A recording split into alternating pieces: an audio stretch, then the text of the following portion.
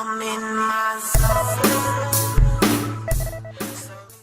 Hey, this is Zero at ReviewZoneHD, and I'm bringing you guys my review for Castlevania Lords of Shadow Mirror of Fate for the Nintendo 3DS. And the storyline takes place 26 years after the original Lords of Shadow and will feature events building up to the upcoming Lords of Shadow 2 set to release for the PlayStation 3. In a previous video I mentioned there were 3 reasons why I decided to go pick up a Nintendo 3DS XL a couple weeks back, mentioning only that Final Fantasy Theater Rhythm was reason number 2.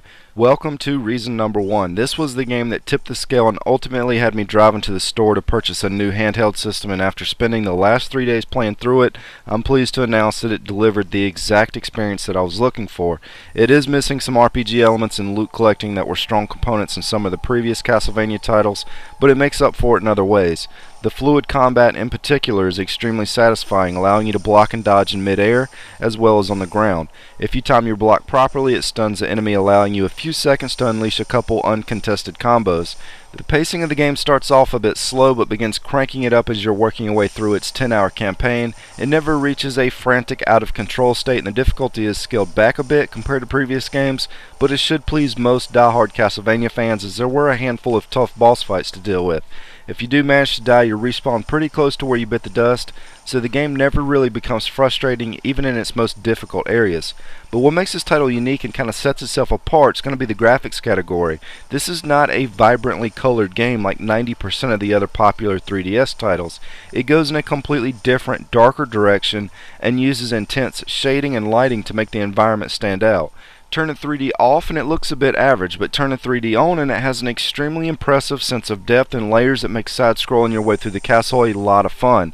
Just taking a quick glance at how the backgrounds were built reveal that they spent a lot of time making this game look really good in 3D.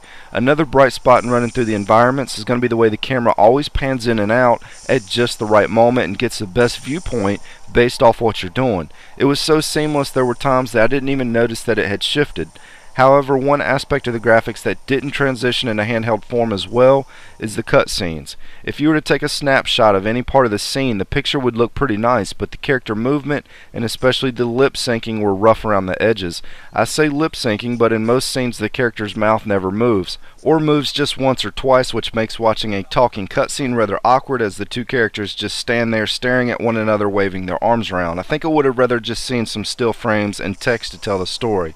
But there were a few cutscenes that were actually interesting in which you get a different viewpoint of the same event based off what character you're currently playing as.